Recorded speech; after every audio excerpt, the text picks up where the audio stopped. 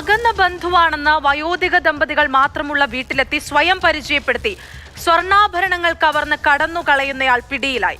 വളപട്ടണം സ്വദേശിയായ Muhammad താഹയാണ് town SI VV ദീപ്തിയുടെ നേതൃത്വത്തിലുള്ള police സംഘത്തിന്റെ വലയിലായത്. സ്ത്രീകളും പ്രായമായവരും മാത്രമുള്ള വീടുകളാണ് ഇയാൾ ലക്ഷ്യം വെക്കുന്നത്.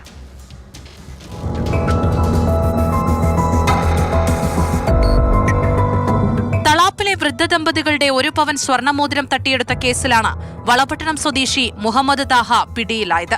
കഴിഞ്ഞ ദിവസം വൈകിട്ടാണ് സംഭവം. വീടും പരിസരവും നിരീക്ഷിച്ച ശേഷമാണ് മുഹമ്മദ് താഹ വീട്ടിലേക്കെത്തിയത്. ദമ്പതികളുടെ അകന്ന ബന്ധുവാണെന്ന് സ്വയം പരിചയപ്പെടുത്തി.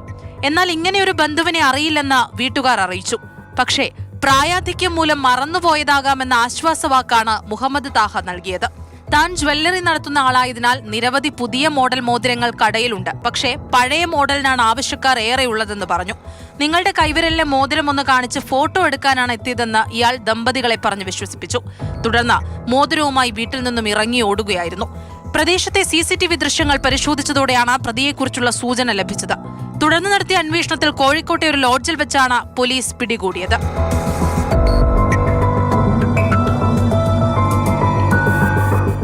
ഇതിനു മുൻപും സമാനമായ മോഷണം പ്രതി നടത്തിയിട്ടുണ്ട്. മുഹമ്മദ് താഹ സ്ഥിരം കുറ്റവാളിയാണ്. വയോധികർ മാത്രം താമസിക്കുന്ന വീടുകളിലുള്ളവർ ജാഗ്രത പാലിക്കണമെന്ന് പോലീസ് മുന്നറിയിപ്പ് നൽകുന്നുണ്ട്.